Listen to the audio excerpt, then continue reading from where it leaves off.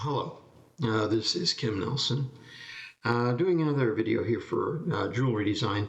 This video is going to focus on Photoshop. There are a lot of excellent sources of training material for Photoshop. Photoshop being one of the oldest and most sophisticated software applications available for graphic art.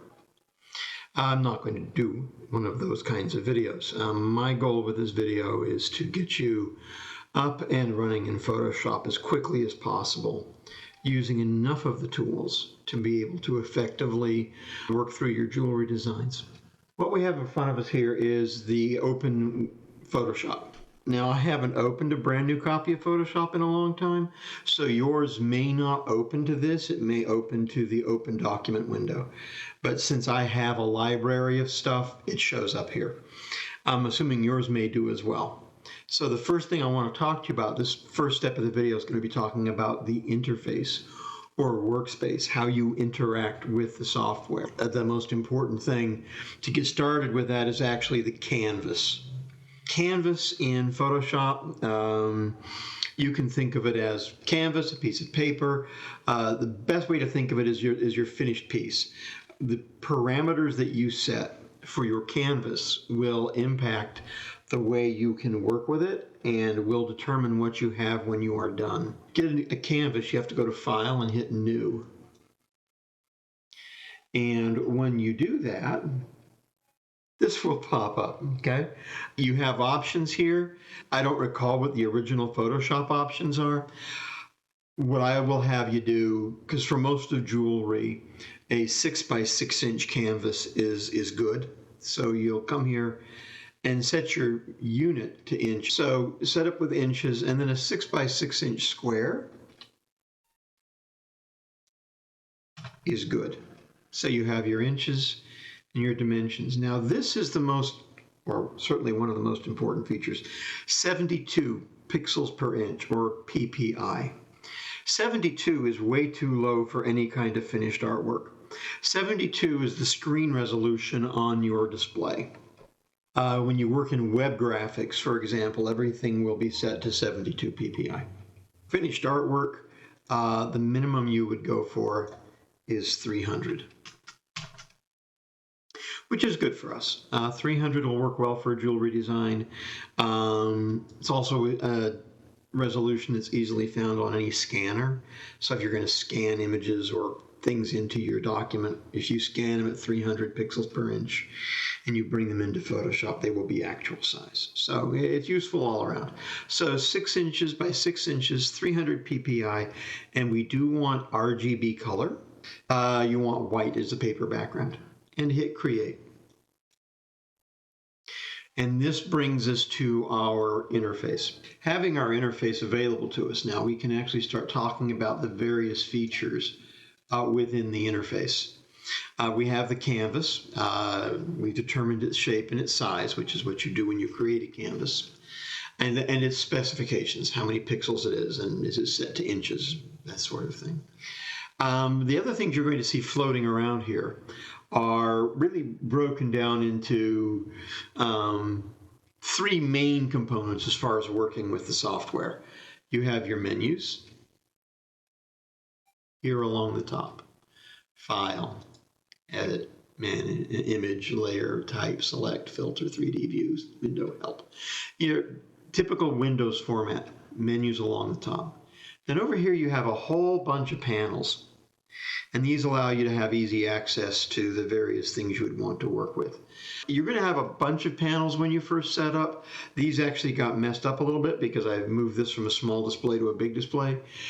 Doesn't matter. At the end of the day, the only thing you want to hang on to are your colors, your layers, and that's it. We don't need anything else. So I'm going to detach these. Hit the little X in the corner to get rid of them. That gives me a lot more room. I'm going to bring my layers over here. I'm on a multi, that did not dock terribly well.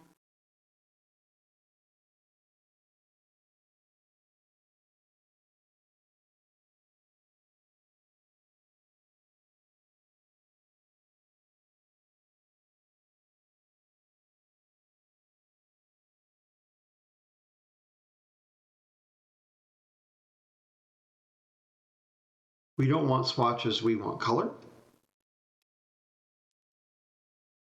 And I'll just stretch it down.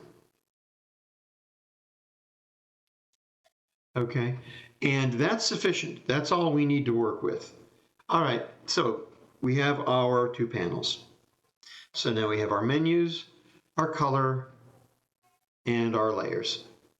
The only other real working space here is going to be your toolbar. Your toolbar, you have all of your most commonly used tools carried down the side. You can find these in other places as well. We will access almost all the tools we use via keyboard shortcut. What you have here, this is a readout that shows you information relevant to the tool. So whatever you have picked here, it's going to give you the parameters, the choices that you have that go along with this tool will show up along the top. Okay?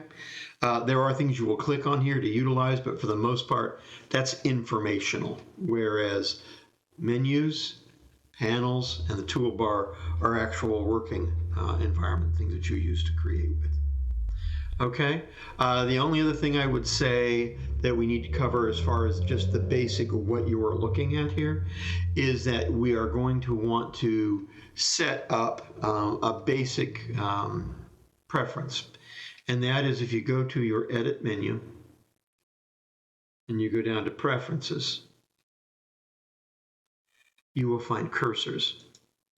Okay, since what we're going to be doing mostly, and this is going to keep on opening these in the other display. We're going to be mostly painting.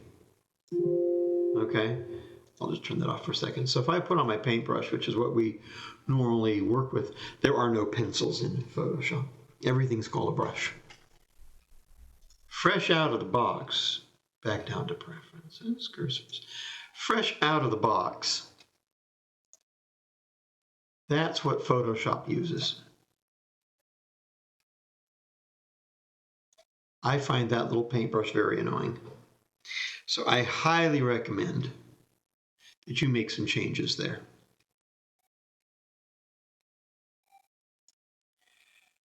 And the change I would make is I would make it a full-size brush tip. This gives you an animated reference to how big your brush actually is. I would also let it show the leash on the brush while smoothing. That will come into play later, but those are the two things I would set up. And now if I make the brush big enough to matter on a canvas this size, you will see a indicator showing how big that brush is. Now you will see that it's much smaller than that here. There's a reason for that we will get to. I'm drawing with a mouse right now. A mouse has no pressure sensitivity and therefore can't make the brush expand and contract fully. All right, so that's the interface. That's all we need to know. I will continue on now. So talking about layers. Layers in Photoshop can be viewed as like a sketchbook. Multiple pages of your art layered on top of each other. All of these pages are by nature originally clear, like glass. The only layer, as it were, or surface that has automatic color in it, native to Photoshop, is the background, which, because we created it in white, it is white. And this is what we look at when we're drawing. But to actually work, you want to put layers above it. So if you come down here, there's a layer, a new layer tab. I'm going to give us a couple of them, layer 1 and layer 2. So now I can draw on these layers.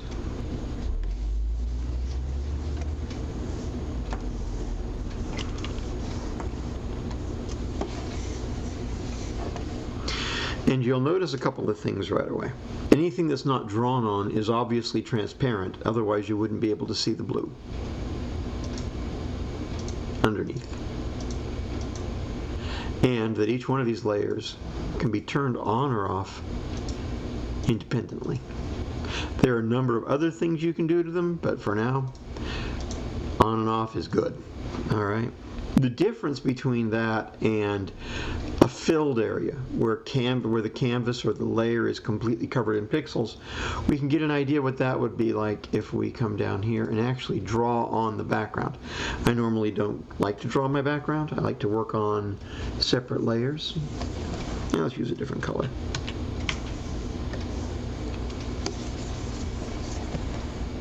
Okay. Now if I copy this, if I select it and copy it, and as I'm going here I'm going to talk about some basic Windows commands.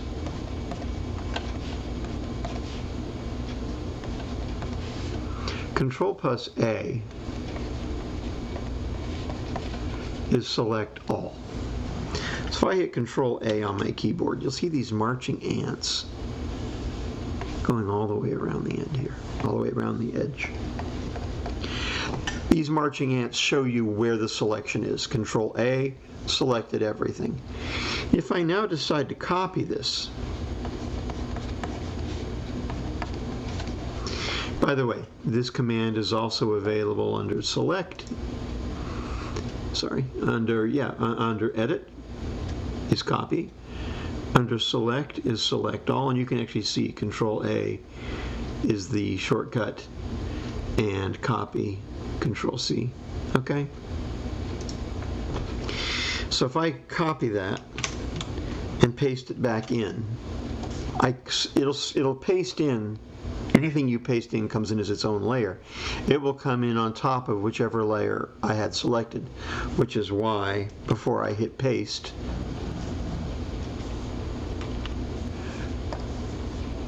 which is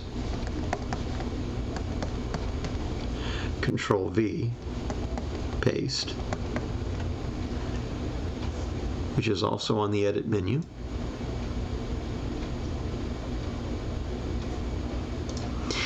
Whichever layer I've selected is where it will land. If I selected this background and I hit paste, Control V, it'll land right above the background. If I hit the blue and I hit Control V, it'll land right on top of the blue. What's important here is that because I copied the background, and the background is the only layer that has a coating of white pixels on it, this whole layer is opaque.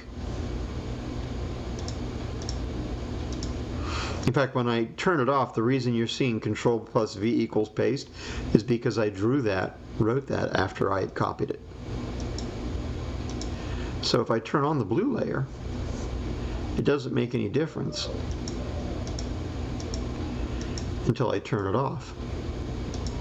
If I turn on the green layer, it doesn't cover any of the red and white layer because the white pixels are everywhere. If I move that up by just dragging it, it's now covering the green. You can see the green does not cover up the blue, except for where the actual green drawing is. My brush left colored pixels. Anywhere my brush hasn't been, except for the background layer, is clear. There are no pixels, just potential pixels. This allows Photoshop to operate much more effectively. Every pixel the computer has to keep track of, the more memory it needs to use. And it's also a very powerful creative tool. I'm going to delete this layer. To create a layer, I just hit Create a New Layer button right here. To throw it away, I just hit the little garbage can and say yes. Okay. These two layers I'm going to clear off. Erase everything on them. To do that, I'm going to do Control A, and then I'm going to do Control plus X, which is cut, which is also found on the edit menu. Copy, cut, right there, paste. Okay. So, Control A to select it all, and then cut. Control X on my keyboard, or I can click it off the edit menu. Okay. Going to repeat the same thing for this layer. Control A, and then Control X, which leaves me with my dirty background that I drew on that I am not supposed to draw on, which I am going to restore. So I want to get this back down to white. The easiest way for me to do that is to make sure the background color is white. Control A to select all, and then Control X to cut. And that will leave me with the white of the canvas. Be aware of the fact, though, that the background color determines what happens there. If I set that to the purple and I Control X, the background will now be purple. So to get back to the white, make sure white is your background color, select all, Control X. And so now I have a clean slate again. We will only be using two compositing methods on layers. We'll either be doing normal or multiply. And I will show you the difference between the two right now. I'm going to get a large brush.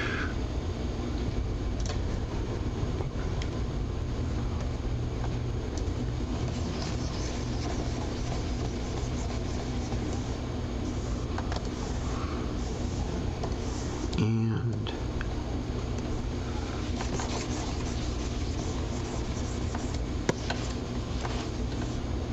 okay. So as you can see, the yellow and the green are overlapped. Green's on top, yellow's underneath. And you can't see the yellow through the green except for where there are slight gaps in the stroke. If I turn the green layer into multiply mode, then now the green is like stained glass. It's transparent. So I can see through it. Okay? So normal, I can't see through it at all. Multiply, it becomes transparent. If I reverse the order and I make the yellow multiply, you can see that it does the same thing. You can see through it to the green. This is very effective for doing glazing or transparent washes of color, which we'll be doing a lot when we paint later. Normally, you will only be using normal mode for your drawings. As there are a whole bunch of options here, we are not going to get into them. Our sessions on designing jewelry are going to really stick to normal and multiply composition method. So that is it for the layers. I'm going to clean up again. Now I can just tell you what I'm doing. I'm selecting all. I did it with keyboard. I'll do it now with the menu.